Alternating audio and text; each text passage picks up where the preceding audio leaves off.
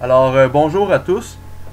Concernant la compétence 3, et plus précisément les examens, les évaluations que j'ai fait faire aux étudiants, en effet, on m'a demandé comme question à savoir si l'amélioration que les élèves avaient vue dans leurs résultats scolaires lors de mon stage 2 avait été due uniquement à l'enseignement magistral que j'avais appliqué suite à l'échec du premier examen.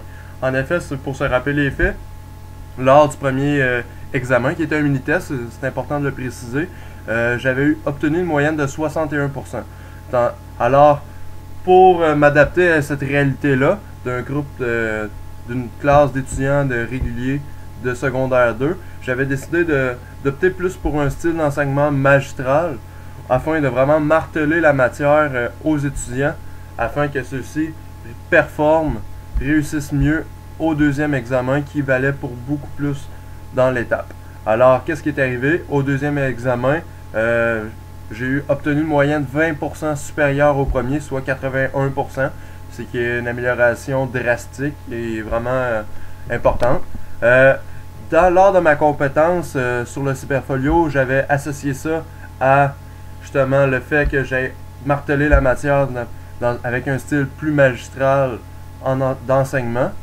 Mais il est vrai qu'on pourrait se questionner aussi sur d'autres facteurs qui auraient pu contribuer à cette amélioration-là. Par exemple, oui, j'étais plus à l'aise lors du deuxième examen parce que justement, ça faisait plus longtemps que j'étais en stage. Mes compétences en tant qu'enseignant s'étaient améliorées.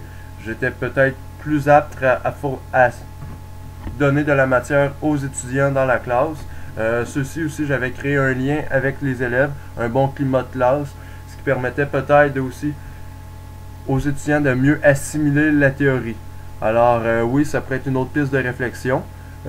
Aussi, comme je l'ai mentionné tantôt, le premier test est un mini-test. Tandis que le deuxième était un examen synthèse qui regroupait tout le chapitre.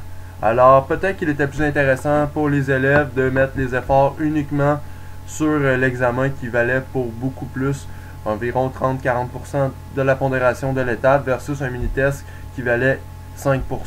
Alors, c'est une question aussi peut-être que un examen, le mini-test est arrivé pendant une période où que les étudiants avaient d'autres examens, alors ils ont préféré mettre leurs efforts dans les examens qui valaient plus. C'est vrai qu'il y a plusieurs pistes de solutions, mais je considère aussi que jusque lors que j'enseignais avec un style plus magistral à ce groupe d'élèves, je voyais que les élèves comprenaient plus la matière de la manière qui intervenait durant les cours. Il y a vraiment beaucoup de pistes de réflexion, mais je considère que mon enseignement magistral a quand même permis à ce groupe de s'améliorer et de mieux performer au deuxième examen. Il est vrai aussi de dire que, par exemple, que l'enseignement magistral, je ne crois pas que c'est quelque chose qu'il faut appliquer à toutes les sauces en permanence. Il faut le cibler dans des cas spécifiques. Et je considère qu'à ce moment-là, j'ai bien fait parce que j'ai bel et bien augmenté la moyenne du groupe de 20%. Merci beaucoup.